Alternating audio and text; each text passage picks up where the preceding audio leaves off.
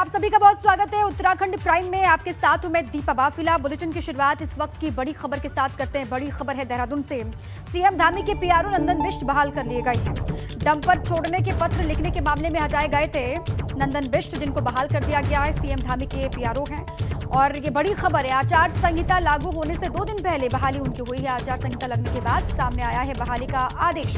इसी पर अधिक जानकारी के साथ विनोद मेरे साथ जुड़ चुके हैं। विनोद, बहाली हो गई है नंदन बिष्ट की, क्या जानकारी है आपके पास?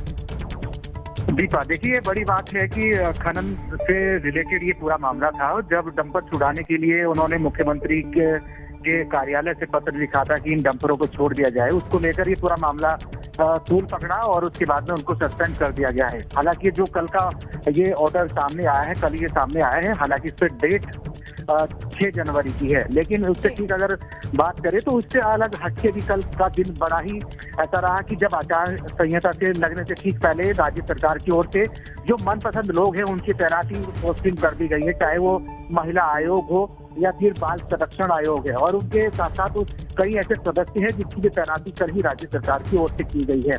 कल पूरा दिन ऐसा रहा कि ट्रांसफर पोस्टिंग और तैनातियों का दिन धामी सरकार का रहा है, लेकिन महत्वपूर्ण ये भी बात है कि आखिरकार जो खनन से रिलेटेड पीआरओ सस्पेंड किए गए थे उनकी भी बहाली कर दी गई है। मामला ये सामने कल ही आया है, हालांकि 6 जनवरी का ये आदेश है और कल ये पूरा आदेश बाहर निकला है। तो इससे आप अंदाजा लगाइए कि आचार संहिता से ठीक पहले राज्य सरकार ने लगातार काफी सैकड़ों जो ऑर्डर्स हैं वो निकाले हैं, और उसके ठीक अलावा महिला बाल विकास महिला आयोग हो या फिर बाल संरक्षण आयोग है, उसमें अध्यक्ष के साथ साथ में सदस्यों की भी तैनाती कल ही धामी सरकार की ओर से की गई है। उसके अलावा खनन से संबंधित जो पूरा मसला रहा है उसमें ठीक है, अलग अलग विभागों से जुड़े हुए तमाम जो बड़े चेहरे हैं, बड़े अफसर हैं, उनकी भी बहाली हुई है आचार संहिता लागू होने से ठीक पहले। इसके भी अपने मायने हैं। बहुत शुक्रिया विनोद आपका पूरी जानकारी के लिए। अब देखिए, बढ़ रहा है कोरोना, सावधान है रहना। जी हां, उत्तराखंड में कोरोना संक्रमण की रफ्तार लगातार बढ़ती जा रही है। पिछले कई महीनों के रिकॉर्ड टूट चुके हैं और एक दिन में 1560 नए मरीज मिले हैं उत्तराखंड में। अब उत्तराखंड में कोरोना के एक्टिव केसों की संख्या हो गई है 3254, और साथ ही सबसे ज्यादा हालात जो खराब हैं वो राजधानी देहरादून के हैं। देहरादून से 537 नए मामले सामने आए हैं। नैनीताल से 404 केस निकले। साथ में हरिद्वार से भी 303 नए मामले सामने निकल करके आए हैं। लगातार जो मामले उत्तराखंड में बढ़ रहे हैं कोविड के, और देखिए कुल मिलाकर के अलग अलग हिस्सों को अगर आप देखते हैं, वो देहरादून हो, नैनीताल हो, हरिद्वार हो, तो बड़ी संख्या में केस निकल रहे हैं। 3000 से ज्यादा एक्टिव केस हो गए उत्तराखंड में।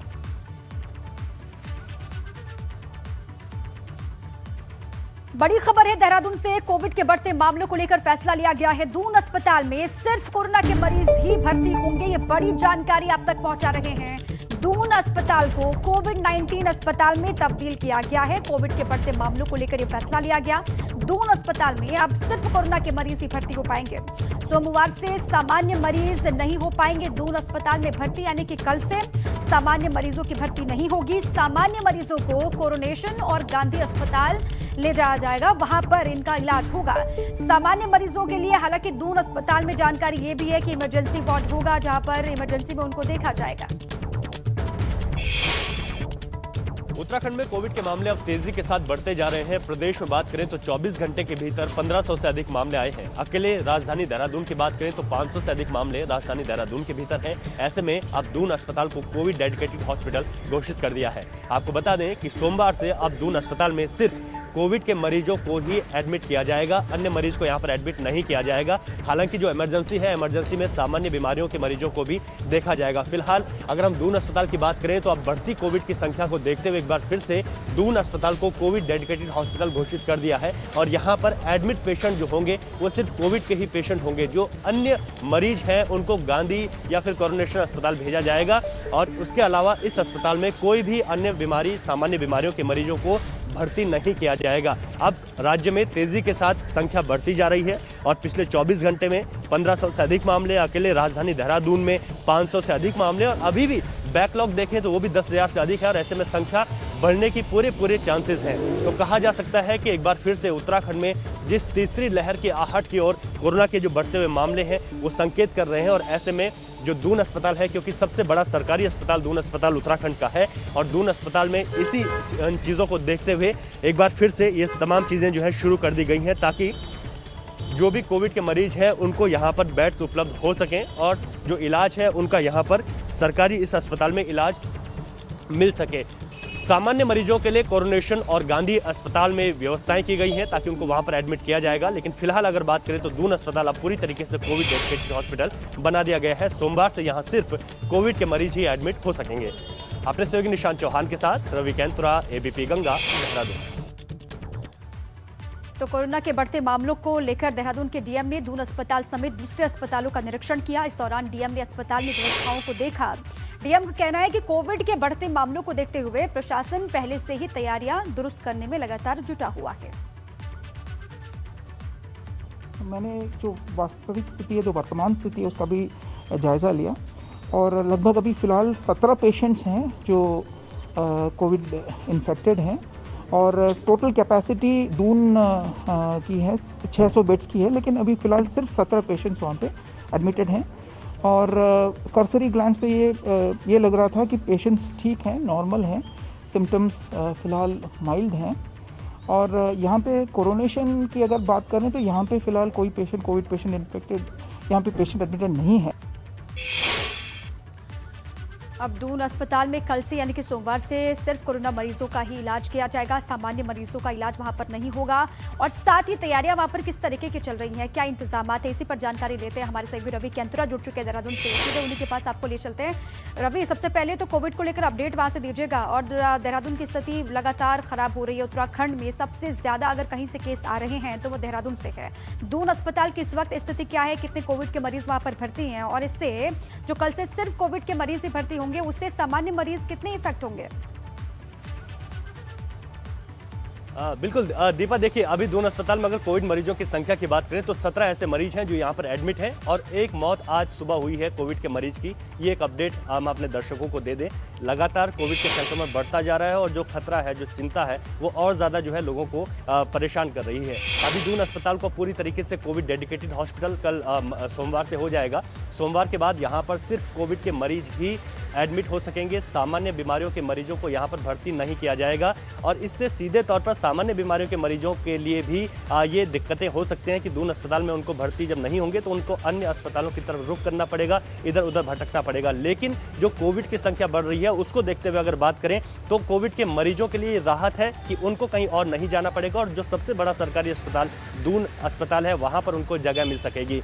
दून अस्पताल की अगर बात करें तो सोमवार से ये जो व्यवस्था है इसको शुरू कर दिया जाएगा और इसके लिए तैयारियां भी की गई हैं। अभी 17 पेशेंट जो है यहाँ पर अस्पताल में भर्ती हैं जिनकी हालत जो है अभी स्थिर बताई जा रही है। लेकिन अगर हम पिछले 24 घंटे में देखें तो 500 से अधिक मामले अकेले राजधानी देहरादून में आए और 1560 मामले पूरे प्रदेश में आए हैं। मैदान से लेकर पहाड़ तक हर जिले में कोविड के मामले आ रहे हैं, यानी कि पूरा प्रदेश में कोविड संक्रमण अब पहुंच चुका है। पहाड़ भी इससे अछूते नहीं हैं। यहाँ पर अगर बात करें अस्पताल की, अगर हम बात करें तो हम कह रहे थे कि जैसे पिछले कोविड के दौर पर एक बार अगर गौर किया जाए तो वहाँ पर ऑक्सीजन की बहुत कमी हुई थी। उसके बाद इन तमाम चीज़ों की शुरुआत की गई। देखिए ऑक्सीजन का जो प्लांट है वो यहाँ पर लगाया गया था जब कोविड की जब दूसरी लहर आई थी। तो ये तमाम चीज़ें हैं कि उसके बाद किस तरह की व्यवस्थाएं यहाँ पर बनाई जाए। अब अस्पताल का ये कहना है कि ऑक्सीजन की पर्याप्त व्यवस्थाएं यहाँ पर हैं। 400 से अधिक दूसरी लहर में जो खामियां पाई गई थी वो कमियां इस बार ना रहे। तीसरी लहर की दस्तक कहीं ना कहीं वो सुनाई दे रही है उत्तराखंड में भी और देहरादून में इंतजाम पुख्ता है, मुकम्मल है, जैसे कि जानकारी आपने दी। बहुत शुक्रिया आपका पूरी जानकारी के लिए। अब आगे बढ़ते हैं। देखिए जनवरी में जम गए हैं पहाड़। जी हाँ, उत्तराखंड में मौसम का मिजाज बदला हुआ है पिछले कई दिनों से। उत्तराखंड के ऊंचाई वाले इलाकों में बर्फबारी लगातार हो रही है। बर्फबारी की 6 अलग अलग जगहों की तस्वीरें आपको दिखाने जा रहे हैं। देखिए आपके स्क्रीन पर है। जोशीमठ में, औली में बर्फबारी लगातार हो रही है, तो वहीं चक्राता में भी हालात एक जैसे हैं, लगातार बर्फबारी हो रही है। रुद्रप्रयाग के चोपता में भी लगातार बर्फ गिर रही है और बद्रीनाथ धाम में भी लगातार बर्फबारी किस तरीके से हो रही है वो नज़ारा आपको दिखा रहे हैं, आपके टेलीविजन स्क्रीन पर है। उत्तरकाशी, बड़कोट, चक्राता, जोशीमठ, बद्रीनाथ, रुद्रप्रयाग की तस्वीरें अलग अलग हिस्सों की आपके सामने। आपको सिर्फ सफेद चादर दिखाई दे रही है बर्फ की। अब बड़ी संख्या में पर्यटक यहां पर पहुंच रहे हैं।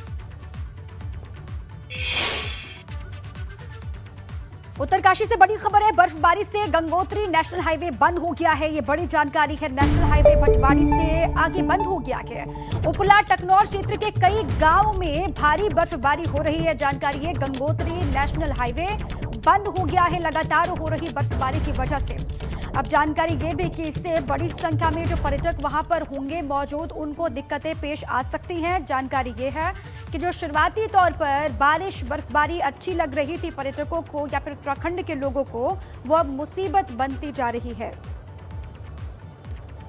अब इसी पर अधिक जानकारियों के साथ दिग्वीर जुड़ चुके हैं उत्तरकाशी से, सीधे उन्हीं के पास चलते हैं। दिग्वीर, अभी सबसे पहले तो मौसम का हाल बताइए और गंगोत्री नेशनल हाईवे को लेकर क्या जानकारी है, कब तक ये दुरुस्त हो जाएगा?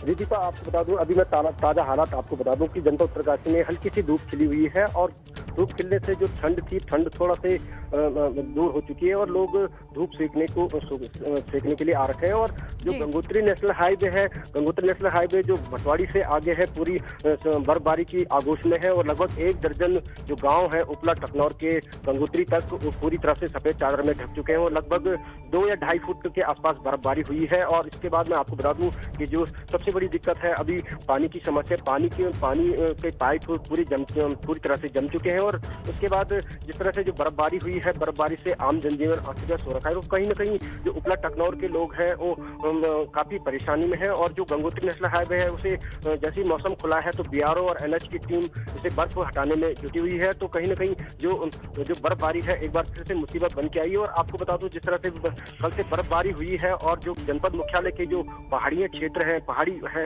उनमें भी बर्फबारी देखने को मिल रही है। और नजदीक जो क्षेत्र है जो आपके चौरंगी हो गया, राड़ी टॉप हो गया और आपका ये दयारा बुग्याल, इन जगहों में भी बर्फबारी जमकर हुई है। और जो अभी जो मार्ग अभी तक ऐसी कोई सूचना नहीं कि जो अभी तक बीआरओ ने कोई मार्ग खोल पाया है। ठीक है, वहाँ पर आप कह रहे हैं कि कोशिश लगातार हो रही है, हाईवे जो बंद है उसको खोलने के लिए लगातार टीमें मौजूद हैं और दर्जनों गांव ऐसे हैं जो इससे कनेक्ट होते हैं, वो इससे सीधे तौर पर प्रभावित हुए हैं। जैसे कि जानकारी आपने दी, बहुत शुक्रिया दिग्वीर आपका पूरी जानकारी के लिए। आगे बढ़ते हैं। उत्तरकाशी में हो रही बर्फबारी भले ही सैलानियों के लिए सौगात लेकर के आई हो, मगर इससे अब मुश्किल भी बढ़ने लगी है। बर्फबारी की वजह से गंगोत्री नेशनल हाईवे बाधित है, जैसे कि जानकारी हमने आपको दी। तो वहीं उपला टकनौर इलाके के 12 गांव में पानी का संकट खड़ा हो गया है, पानी की किल्लत शुरू हो गई है। दरअसल बर्फबारी के बाद पानी का पाइपलाइनों से वहां पर पानी जम जाता है। हालांकि ये बर्फबारी किसानों के लिए ये कहा जा रहा है कि अच्छा संकेत है। जनपद मुख्यालय में सुबह से ही लगातार झमाझम बारिश हो रही है और बारिश रुकने का नाम नहीं ले रही है। और मैं आपको ठीक दिखा सकता हूँ जनपद मुख्यालय के हालात, जिस तरह से जो मौसम है, मौसम पूरी तरह से बना हुआ है। और जो गंगोत्री यमुनोत्री और आपका सुक्की टॉप से आगे है, पूरे गंगोत्री नेशनल हाईवे पूरी तरह से बंद हो चुका है। और बंद होने के बावजूद जो बीआरओ है वो मार्ग खोलने में जुटा हुआ है। लेकिन जिस तरह से मौसम बना हुआ है, मौसम के अनुसार जिस तरह से 10 तारीख तक बर्फबारी बता रखी है, तो कहीं ना कहीं जनपद की एक बार फिर से मुश्किलें बढ़ सकती है। और ठंड इतनी तेज़ी से है कि जिससे लोग अपने घरों में दुबक बैठे हुए हैं। और जो जनपद की मुख्यालय की जो पहाड़ियाँ हैं, मैं आपको दिखा सकता हूँ किस तरह से बर्फ से लकदक हो चुकी है। और इस तरह से जब मौसम ऐसे ही बना रहेगा तो कहीं ना कहीं जो जनपद मुख्यालय के जो सुबह तक जो हालात हैं वो जनपद मुख्यालय में बर्फबारी देखने को मिलेगी। उत्तरकाशी से एबीपी गंगा, दिग्विजय।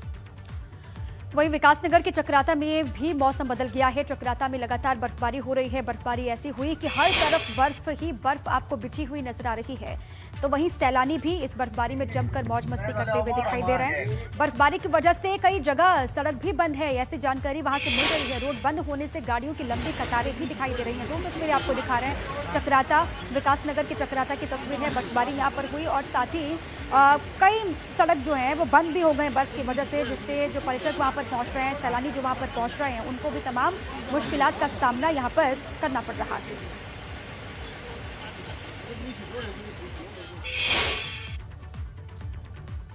अब देखिए, मौसम को लेकर बड़ी खबर इस वक्त मिल रही है। उत्तराखंड में मौसम विभाग का अलर्ट, जी हां, 2 दिनों के लिए बारिश और बर्फबारी का अलर्ट मौसम विभाग ने एक बार फिर से जारी किया है। गढ़वाल में कई जगहों पर बारिश की संभावना जाहिर की है मौसम विभाग ने। कुमाऊं के कुछ स्थानों में हल्की बारिश और कहीं पर बर्फबारी का अनुमान है। 11 जनवरी से उत्तराखंड में मौसम साफ रहेगा।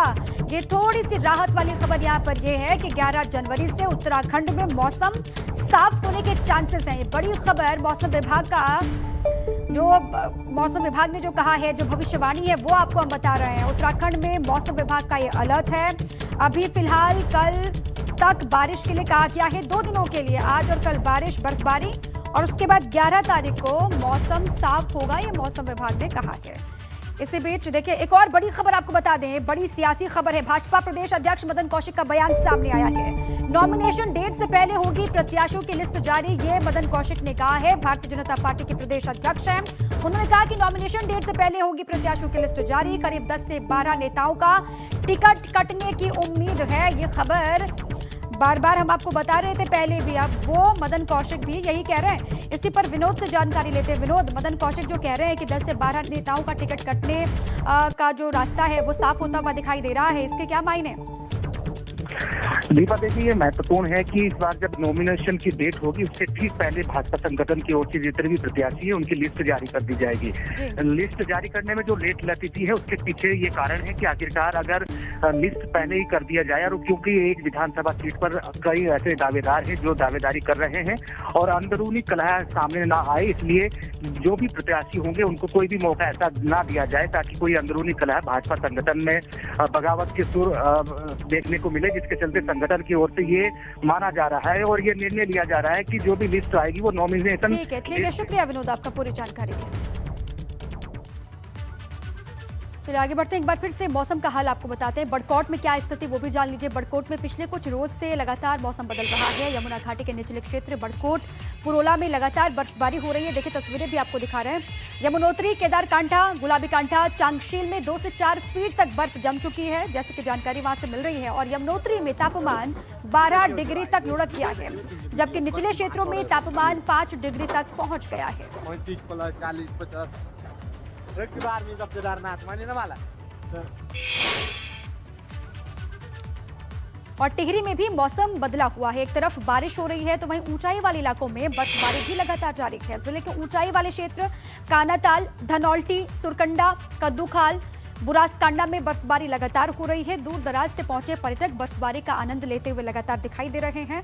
उधर बर्फबारी से कई रास्ते ऐसे हैं, कई हाईवेज ऐसे हैं जो बंद हो गए हैं, जिस वजह से लोगों को आवाजाही में दिक्कतें भी पेश आ रही हैं। जिला प्रशासन ने मार्ग से बर्फ हटाने के लिए 2 जेसीबी यहां पर तैनात की है।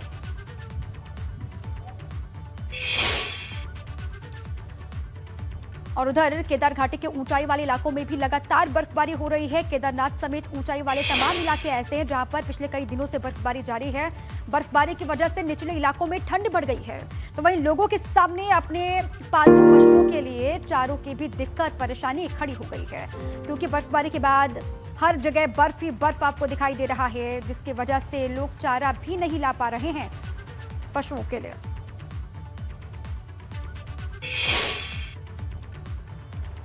और बद्रीनाथ धाम की तस्वीरें भी आपको दिखाते हैं। यहाँ भी पिछले कई दिनों से लगातार बर्फबारी हो रही है। बर्फबारी ऐसी कि हर तरफ बर्फ की चादर आपको दिखाई दे रही है। बद्रीनाथ मंदिर परिसर में बर्फ ही बर्फ, देखिए जहां तक भी आप निगाह डालिए वहां तक सिर्फ सफेद बर्फ की चादर आपको दिखाई देगी। और ये सिर्फ आज की तस्वीर नहीं है, बल्कि पिछले कई दिनों से लगातार बारिश हो रही है, उसके बाद ये हाल है केदारनाथ बद्रीनाथ का। अब आगे बढ़ते हैं, उधर चमोली की स्थिति आपको दिखाते हैं। चमोली में क्या स्थिति है? बद्रीनाथ धाम में भी बर्फबारी लगातार हो रही है। बर्फबारी ऐसी हुई कि बद्रीनाथ में करीब 4 फीट तक बर्फ जम गई, और ऐसे में अब बद्रीनाथ के आसपास का नज़ारा बेहद ही शानदार खूबसूरत दिखाई दे रहा है। हालांकि बद्रीनाथ के कपाट फिलहाल बंद है, वहां पर मंदिर की देखरेख के लिए सिर्फ मंदिर समिति के कुछ लोग मौजूद हैं और कुछ पुलिस के जवान वहां पर अभी इस वक्त में दिखाई देते हैं। आगे बढ़ते हैं, बात करते हैं चुनाव की। चुनाव आयोग ने उत्तराखंड में विधानसभा चुनाव की तारीख का ऐलान कर दिया है। उत्तराखंड की सभी 70 विधानसभा सीटों पर एक चरण में, एक फेज में मतदान होगा। 14 वो तारीख है जब सभी 70 विधानसभा सीटों पर एक साथ वोटिंग होगी। प्रत्याशियों के लिए नामांकन प्रक्रिया 21 जनवरी से शुरू हो जाएगी, जबकि 28 जनवरी नामांकन की आखिरी तारीख होगी। 29 जनवरी को नामांकन पत्रों की जांच की जाएगी। उसके बाद 31 जनवरी तक प्रत्याशी अपना नाम वापस ले सकेंगे, और उसके बाद 14 फरवरी को मतदान होगा, और फिर आखिरी 10 मार्च को काउंटिंग का दिन होगा। उसके बाद ये साफ हो जाएगा उत्तराखंड में किसकी बन रही है सरकार। Uttar Pradesh second phase, Punjab in one phase, Uttarakhand in one phase, Goa in one phase. So Uttar Pradesh, Punjab, Uttarakhand and Goa. In second phase, Punjab, Uttarakhand, Goa will be over. And here the issue of notification will be 21st January. Last date of nominations 28th January. scrutiny of nominations 29th January, and last date of withdrawal of candidature 31st January, and date of poll 14th February, that is Monday.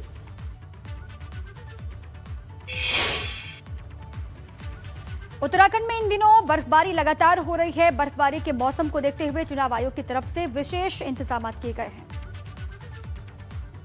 लोग जब वहाँ उत्तराखंड गए थे तो जो वहाँ की chief electoral officer हैं उन्होंने भी संज्ञान में लाए और इसको कैसे किया जाएगा। मतलब मैं तो आपको ये कहना चाहूँगा कि जो हमारे इवन जो इलेक्टोरल ऑफिशियल्स हैं उत्तराखंड के कठिन टेरेन में वो 10-10 किलोमीटर लेके ईवीएम और पूरे पोलिंग अरेंजमेंट के साथ जाते हैं from the main road to that particular hamlet where they are going.